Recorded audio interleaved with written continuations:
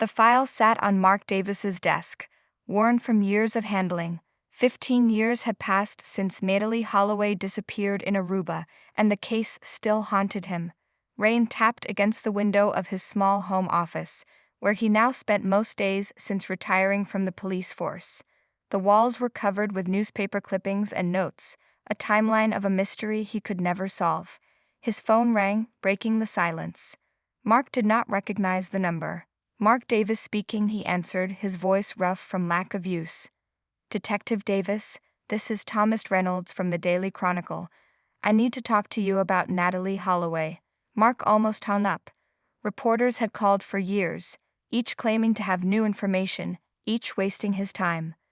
But something in Reynolds' voice made him pause. What about her? He asked. I received a package yesterday, no return address. Inside was a journal that belonged to one of Natalee's friends who was on that trip. And photographs. Photos I've never seen published anywhere. Reynolds paused. I think someone is finally ready to tell the truth. Mark's hand tightened around the phone. Why send it to you? I wrote a series of articles about missing persons cases last year.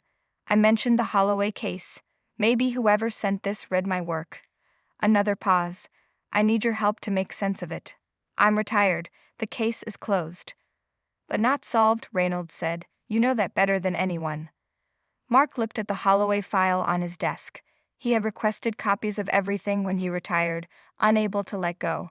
The official cause remained missing person presumed dead, but no body had ever been found, no one ever charged, just theories and dead ends. Meet me at Joe's Diner on 5th Street. Tomorrow at noon, Mark said and hung up before he could change his mind. That night, Mark couldn't sleep. He pulled out the file again, spreading photos across his bed. Natalee smiling with friends on the beach, the bar where she was last seen, the three main suspects who were questioned and released. Jack Miller, the bartender with the changing story, Richard Cooper, the American tourist with the yacht and the perfect alibi that Mark never quite believed, Peter Wilson, the tour guide who knew every hidden spot on the island. Mark had interviewed them all multiple times. Someone was lying, maybe all of them. The next day, Mark arrived at the diner early. He chose a booth in the back, facing the door. Old habits. He ordered coffee and waited. At exactly noon, a man in his 30s walked in, looking around. He carried a worn leather messenger bag and had the alert eyes of a good journalist. Reynolds. Mark asked when the man approached. Detective Davis, thank you for meeting me. Reynolds slid into the booth and placed his bag on the table. He looked nervous. I'm not a detective anymore, just Mark. Reynolds nodded and unzipped his bag. What I'm about to show you. I haven't shown anyone else. He pulled out a plastic bag containing a small blue notebook. The cover was water-damaged, the pages wrinkled. This journal belonged to Lisa Bennett. She was Natalee's roommate on the trip. Mark leaned forward. Lisa Bennett, I remember her. Quiet girl. Said she didn't see anything unusual that night. According to this journal, she lied. Reynolds carefully opened the plastic bag and removed the notebook. She saw things she was afraid to tell the police. Why? She was scared, and after reading this, I understand why. Reynolds handed the journal to Mark. The last entry was dated 3 months after returning from Aruba. 2 days later, Lisa Bennett was found dead in her apartment. Apparent suicide. Mark felt a chill. He had never connected Lisa's death to the case. What else was in the package? Reynolds reached into his bag again and pulled out an envelope. Inside were 5 photographs. These were taken the night Natalee disappeared. They weren't in the official file, were they? Mark spread the photos on the table. His hand froze on the third one. In the background, barely visible in the dim light of the beach bar, was a face he recognized. Someone who had sworn they weren't there that night. We need to talk somewhere more private, Mark said, gathering the photos quickly. This changes everything. Mark drove with Reynolds to his house. The rain had turned into a heavy downpour. Once inside, Mark locked the door and closed all the blinds. Old police habits never died. Show me the photo again, he said, clearing space on his living room table. Reynolds placed the 3rd photograph down. Mark studied it carefully. In the corner of the image among the crowd at the beach bar stood Richard Cooper. The wealthy businessman had told police he was on his yacht that night with friends. This photo proved he lied. "Tell me about the journal," Mark said, sitting down heavily in his armchair. Reynolds opened the blue notebook and began to read Lisa Bennett's words. May 29th. Something feels wrong about this trip. I've noticed a man watching Natalee at the beach today. When I pointed him out, she laughed it off, said I was being paranoid. Mark closed his eyes, picturing the scene. He had been sent to Aruba 2 days after Natalee disappeared. By then, evidence was already cold. May 30th, Reynolds continued. Natalee argued with someone tonight. I couldn't see who it was. She came back to our room upset but wouldn't talk about it. She's been drinking a lot this trip. That matches what other witnesses said, Mark noted. The night she disappeared, she had been drinking heavily at Carlos and Charlie's bar. Reynolds turned the page. May 31st. Last night was crazy. Natalee left with Jack from the bar. I was worried, but she texted me at 1 a.m. saying she was fine. But later, around 3 a.m., I couldn't sleep and went for a walk on the beach. I saw Natalee getting into a boat with someone. It wasn't Jack. I think it was Peter, our tour guide. I called out, but they didn't hear me over the waves. Mark sat up straight. That was never in any statement. There's more, Reynolds said, turning the page. June 1st. Natalee didn't come back last night. Everyone is panicking. Police are asking questions. I told them about Jack, but not about the boat. I'm scared. Peter is acting normal, like nothing happened. What if I'm wrong? What if it wasn't him I saw? Mark stood up and paced the room. She saw Natalee get into a boat at 3 a.m., hours after she supposedly left with Jack Miller, but she never told police. The last entries get darker, Reynolds said. She writes about nightmares, feeling watched back home. She was convinced someone followed her from Aruba. The final entry just says, "They know I saw. God help me." Mark took the journal and read the last page himself. 2 days later she was dead. Overdose on sleeping pills. It was ruled a suicide. Do you think she was murdered? Reynolds asked. Mark didn't answer immediately. He was thinking about the original investigation. The local police had focused entirely on Jack Miller, the bartender last seen with Natalee. They ignored other leads. When Mark arrived to help, he'd questioned the tour guide, Peter Wilson. Wilson had a solid alibi, vouched for by the hotel manager, but if Lisa saw him at 3 a.m. with Natalee, we need to find everyone connected to this case who's still alive, Mark said finally.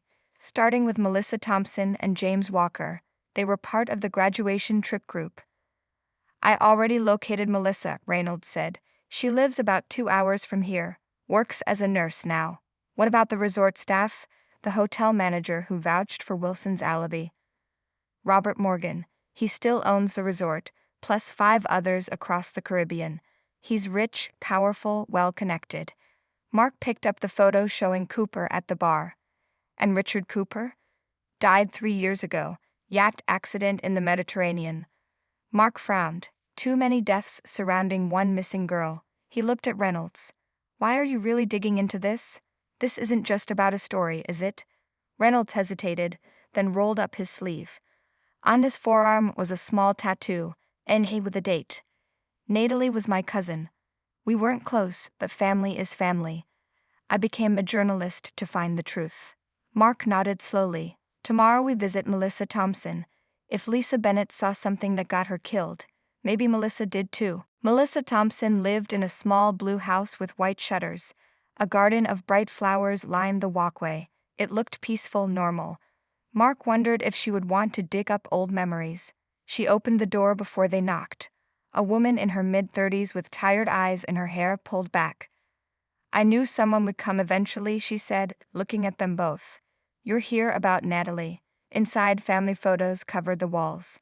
Melissa poured coffee with shaking hands. She had recognized Reynolds from his articles. I should have told the truth 15 years ago, she said quietly. But I was just a kid. I was scared. Mark leaned forward. What didn't you tell us, Melissa? She took a deep breath. The night before Natalee disappeared, I saw her arguing with Peter Wilson, our tour guide. It looked serious. He grabbed her arm, and she pulled away. Why didn't you mention this before? Mark asked. Tears filled her eyes. After Natalee disappeared, Peter found me alone. He said if I told anyone about their argument, I would regret it. He said no one would believe me anyway. Reynolds took out a notebook. Did you ever hear what the argument was about? Not all of it. But I heard her say something about seeing something she shouldn't have. At the resort. Melissa twisted her coffee cup. The day before, Natalee and I had gone exploring. We weren't supposed to go in the staff areas, but we did. There was this locked room. Natalee joked about what they might keep in there. Mark exchanged looks with Reynolds. Did Natalee go back there alone? I think so. She mentioned wanting to check something the next morning while I was sleeping.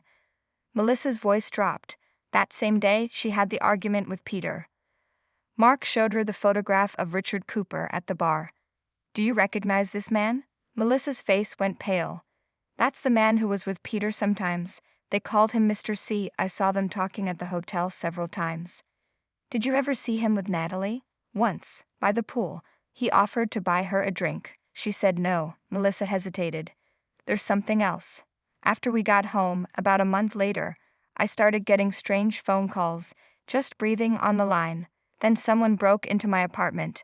Nothing was taken, but all my photos from their Aruba trip were gone. Mark felt a chill. Did you report it? Yes. The police said it was just a regular break-in. She looked down. A week later, Lisa killed herself. I was so afraid I moved to a new city, changed my number. I never talked about Aruba again. On the drive back, Mark was quiet. Reynolds checked his messages and suddenly cursed. What is it? Mark asked. I have a contact at Morgan's company. She's been looking into old employee records. She just texted that someone broke into her office last night. Her computer was stolen. Mark's grip tightened on the steering wheel. Someone knows we're looking into this. There's more. She found something before the break-in. Peter Wilson worked directly for Robert Morgan, not just the resort. And get this, Richard Cooper was Morgan's business partner. Mark pulled the car over suddenly. We need to find James Walker. He was the other student Lisa mentioned in her journal. He might have seen something too. Reynolds checked his notes. He lives in Florida now, runs a fishing charter business. Book us flights, Mark said, and don't tell anyone where we're going. As they pulled back onto the road, Mark noticed a black SUV that had been parked down the street now following them. He took a sudden turn down a side street. What's wrong? Reynolds asked. We're being followed, Mark said, making another turn. The SUV stayed with them. Call Melissa. Tell her to go stay with a friend. Now. Reynolds made the call while Mark tried to lose their tail. When they finally did, Mark drove straight to the airport. We're not going home first? Reynolds asked. No, Mark said grimly. Someone's watching us. Whoever is behind Natalee's disappearance doesn't want this story told, and they know we're getting close. Florida greeted them with hot, sticky air. They rented a car and drove to the small coastal town where James Walker ran his business. The marina was quiet in the afternoon heat. A row of fishing boats bobbed gently in the water. That's his, Reynolds said, pointing to a blue and white boat named Second Chance. A man was on deck, fixing fishing gear. James Walker had changed. His once athletic build had softened and lines creased his tanned face. When Mark called out his name, James looked up with suspicion in his eyes. Whatever you're selling, I'm not buying, he called back. We're not selling anything, Mark said. We want to talk about Aruba, about Natalee. James froze. He stared at them for a long moment, then nodded toward the pier. Come aboard. But I don't have much time. On the boat, James moved nervously, checking his watch, glancing at the marina entrance. He offered them nothing to drink. I already told the police everything 15 years ago, he said. Mark shook his head. Lisa Bennett's journal says differently. She wrote that she saw Natalee getting into a boat at 3 a.m. the night she disappeared. James's face drained of color. He gripped the edge of his seat. Lisa told me she saw that. I didn't believe her. Why not? Reynolds asked. Because I saw Natalee too. But it was at 2 a.m., not 3. She was with Jack Miller, the bartender, walking on the beach. They seemed fine. Laughing. I went back to the hotel after that. James looked away. When Lisa told me about the boat later, I thought she was confused or making it up. Did you tell the police what you saw? Mark asked. Yeah, but not about what Lisa said. It didn't seem important then. He looked down at his hands. After Lisa died, I wondered, but by then it was too late. Reynolds took out the photos. Do you recognize this man with Cooper? James studied the photo. Sure. That's Morgan's son David. He managed the water sports at the resort, entitled Rich Kid, always hitting on the girls. Mark and Reynolds exchanged looks. No one had mentioned Morgan having a son. Did David interact with Natalee? Mark asked. He tried. She turned him down pretty hard in front of everyone at the beach party. James frowned at the memory. He didn't take it well. What about Peter Wilson, the tour guide? James' expression darkened. Peter was David's friend. They were always together. Peter died a few years back, you know.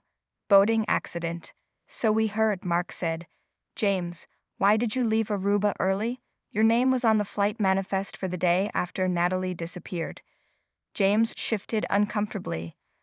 I got a call from my dad. Family emergency. Had to go home early. He checked his watch again. Look, I need to get ready for my afternoon charter. Mark stood up. One more thing. Did anything strange happen after you got back from Aruba? James hesitated. Yeah. Someone broke into my apartment, just like what happened to Melissa. Nothing taken, but all my Aruba photos were gone. He lowered his voice. And about a month later, I got an envelope with $5,000 and a note saying thanks for your help.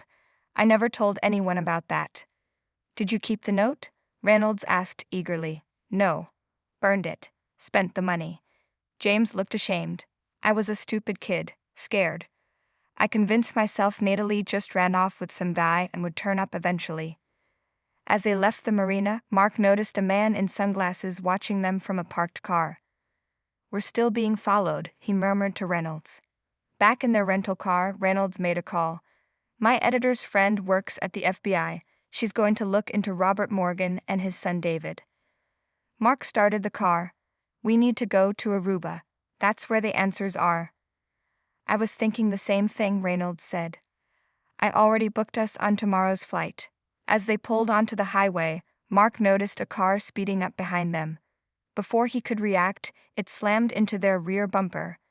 Their car swerved violently. Hold on, Mark shouted, fighting the steering wheel. The car hit them again, harder. Their rental spun out of control, crashing through the guardrail. The world turned upside down as they rolled down the embankment. The last thing Mark heard before everything went black was Reynolds screaming. Mark woke up in a hospital bed. His head throbbed. He tried to sit up, but pain shot through his ribs.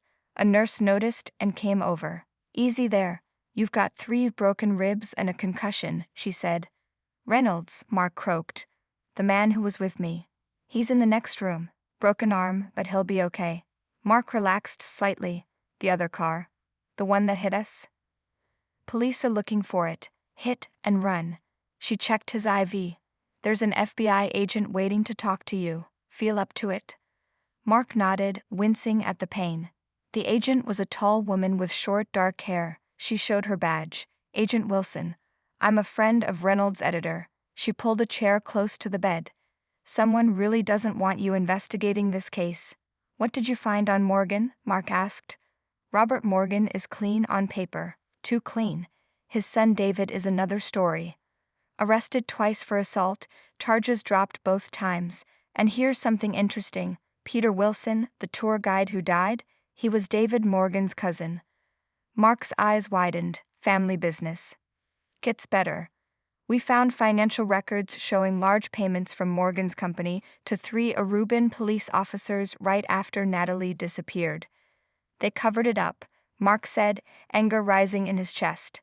Agent Wilson nodded. There's more. 3 other young women disappeared from Morgan's resorts over 8 years. All ruled as drowning accidents or runaways, despite no bodies ever being found. Reynolds appeared at the door, his arm in a cast. They're traffickers, he said. My contact at Morgan's company was found dead this morning. Home invasion. Mark struggled to sit up despite the pain. We need to get to Aruba. Agent Wilson shook her head. You're not going anywhere in your condition. Besides, Morgan knows you're on to him now. That's exactly why we need to go, Mark insisted. We push him, make him nervous. People make mistakes when they're nervous. It's too dangerous, the agent argued. Then come with us, Reynolds suggested.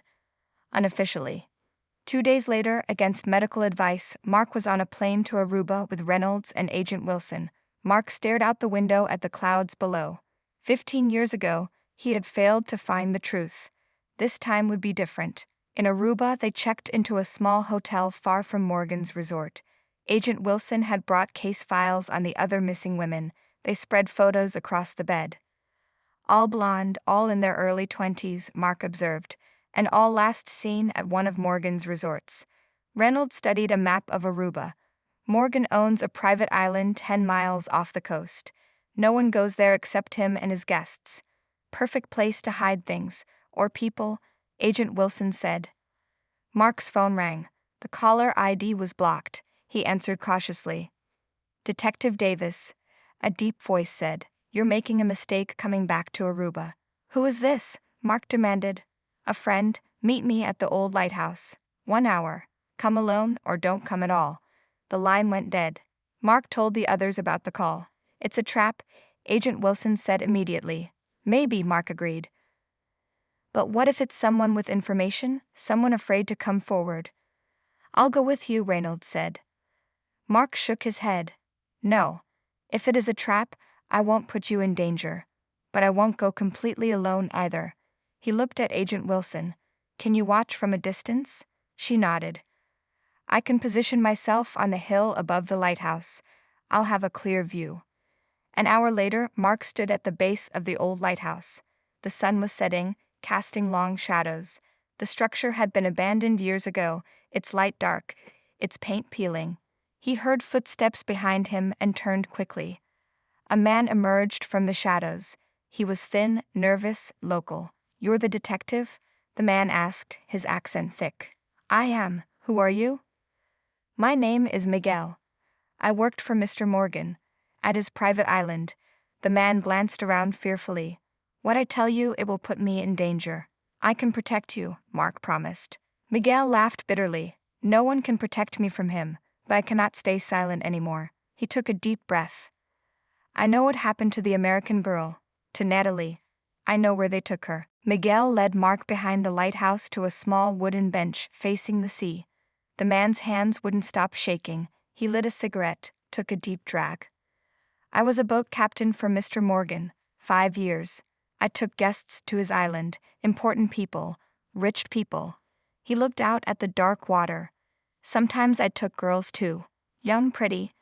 They were always drunk or, he made a gesture mimicking injection, not normal. Mark leaned closer. And Natalee, you saw her? Miguel nodded. That night, the night she disappeared. I was sleeping on my boat when David Morgan woke me up. Him and Peter. They had a girl with them. Blonde, not moving much. They said take them to the island right away. Was she alive? Mark asked, his heart pounding. Yes, breathing. But very, Miguel searched for the word, drugged. They took her inside the main house. He looked down. 2 days later, Peter told me to take a weighted bag out to the deep water. Drop it there. His voice cracked. I knew what was inside. But I did it. I needed the job. I had family. Mark felt cold despite the warm night air. Did you see what happened on the island? Miguel shook his head. No. But David was angry. I heard him telling Peter that the girls saw something at the resort. He took another drag. Later I heard David and his father arguing. The father was very angry, saying David made a big mistake. What did she see? Mark pressed. I don't know for sure, but there was a room at the resort. Staff called it the office. Girls would go in, different girls would come out. Miguel met Mark's eyes. You understand? They changed them. New hair, new papers. Human trafficking, Mark said, the pieces falling into place. Miguel nodded. Robert Morgan, he sells the business 3 years ago. To men from Russia. Now I work at the marina, but I still see things, girls still disappear. Do you have proof? Anything we can use? Miguel reached into his pocket and pulled out a small plastic bag. Inside was a delicate silver bracelet. This fell from the bag before I dropped it. It has a name on it. Mark took the bag, examining the bracelet through the plastic. Engraved on a small heart charm was the name Natalee. I kept it all these years. I was afraid, but also I wanted to remember my sin. Miguel stood up. Morgan is having a party at his house tomorrow night. Big party. If you want to find more proof, that is where it will be. How do we get in? Mark asked. I will help you. I know the security. Miguel looked around nervously. I must go now. As Miguel walked away, Mark called after him. Thank you for coming forward. Miguel turned back, his face sad. Too late for the American girl, too late for the others, but maybe not too late for the next one. Mark returned to the hotel where Reynolds and Agent Wilson were waiting anxiously. He told them everything and showed them the bracelet. It's not enough for an arrest, Agent Wilson said. We need hard evidence connecting Morgan or his son to Natalee's death. Which is why we're going to that party, Mark said. Reynolds looked doubtful. How do we get invited to a party at the home of a man who just tried to have us killed? Mark smiled grimly. We don't. But Thomas Reynolds, the wealthy businessman looking to invest in Caribbean resorts, might get an invitation, with his wife, Agent Wilson. And you? Reynolds asked. I'll be their driver. Miguel will get me access to the house while you two keep Morgan distracted. They spent the next day preparing. Reynolds called in favors to create a convincing cover story. Agent Wilson contacted her office for backup, though they would stay offshore until called. Mark studied the layout of Morgan's estate based on satellite images. By evening, they were ready. Reynolds wore an expensive suit borrowed from the hotel manager. Agent Wilson was elegant in a black dress. Mark wore a simple black uniform with a cap pulled low over his face. The scar from the car accident was hidden under makeup. Remember, Mark said as they approached Morgan's hillside mansion, find evidence, not confrontation. If Morgan recognizes either of you, get out immediately. Guards stopped their car at the gate. Reynolds presented the invitation Miguel had secured for them. After a tense moment, they were waved through. Good luck, Mark said quietly as Reynolds and Agent Wilson exited the car. He watched them walk up the steps to where Robert Morgan himself greeted guests. The man was in his 60s, tanned and fit, with silver hair and a practiced smile.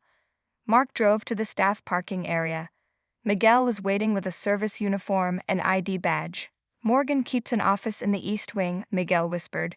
If there are records, they will be there. Mark took a deep breath.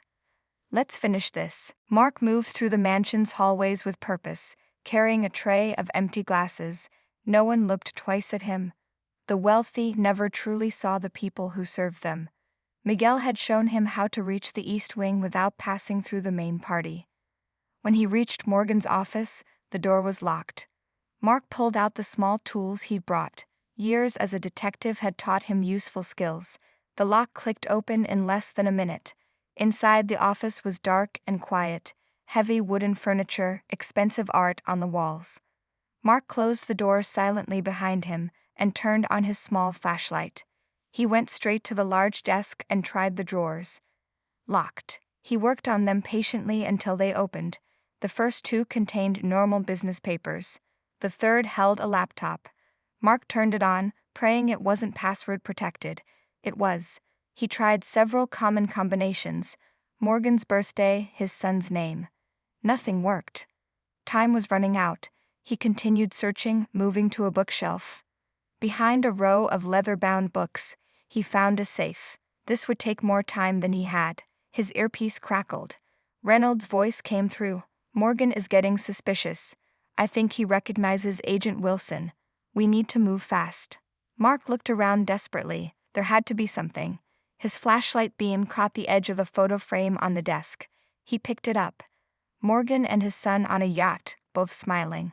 Mark turned the frame over and found a small key taped to the back. The key fit a cabinet behind the desk. Inside were files, dozens of them, each labeled with a woman's name and a date. Mark quickly found the one marked Holloway, May 2005. He opened it and found photos, documents, and a typed report. He quickly took pictures of every page with his phone. The last page was a handwritten note. D made a critical error. Girl witnessed exchange at resort. Eliminated problem but created bigger one. Paid off local PD and jam to take fall if needed. PW will handle cleanup. Body disposed at coordinates below. Mark's hands shook as he photographed the note with its damning geographical coordinates. Finally, proof of what happened to Natalee. He continued quickly through the other files, finding evidence of a human trafficking operation spanning years. His earpiece crackled again.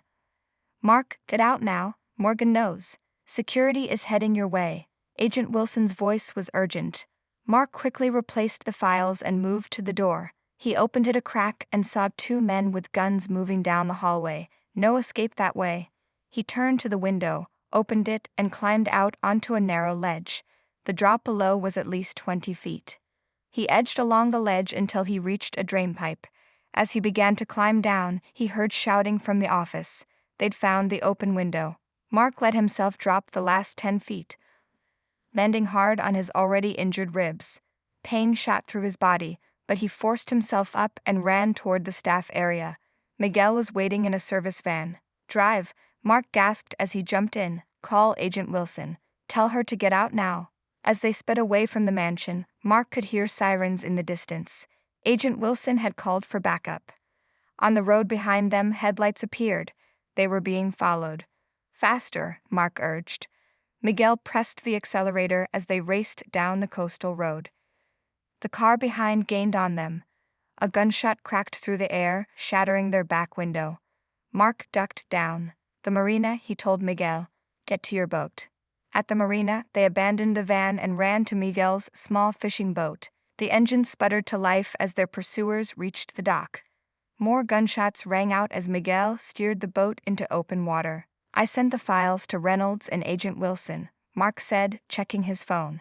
"Even if we don't make it, the truth will." Miguel pointed ahead. "Look." Several boats were approaching, lights flashing. FBI. Agent Wilson had come through. 3 hours later, Mark stood on the dock watching as Robert Morgan was led away in handcuffs. Agents had raided his mansion, finding all the evidence they needed. Reynolds was there too, his arm still in a cast, taking photos and notes for the story that would finally bring justice. "We found David Morgan trying to flee on his yacht," Agent Wilson told Mark. "He's in custody too." Mark nodded, feeling strangely empty. "And the coordinates? From the note?" "We've sent a team. If Natalee's remains are there, we'll find them." A week later, Mark stood on the beach watching the sunrise. His phone rang. It was Agent Wilson. "We found her," she said simply. "The coordinates were exact. After 15 years, we can bring her home." Mark closed his eyes, feeling tears on his cheeks. "Her parents?" "I just spoke with them. They're grateful to finally know the truth." After hanging up, Mark took out the silver bracelet Miguel had given him. Today he would give it to Natalee's parents, a small piece of their daughter coming home. The truth about Natalee Holloway had finally been uncovered. The men responsible would face justice. The other victims would be identified. Families would get answers. It wouldn't bring Natalee back, but the truth mattered. It always did.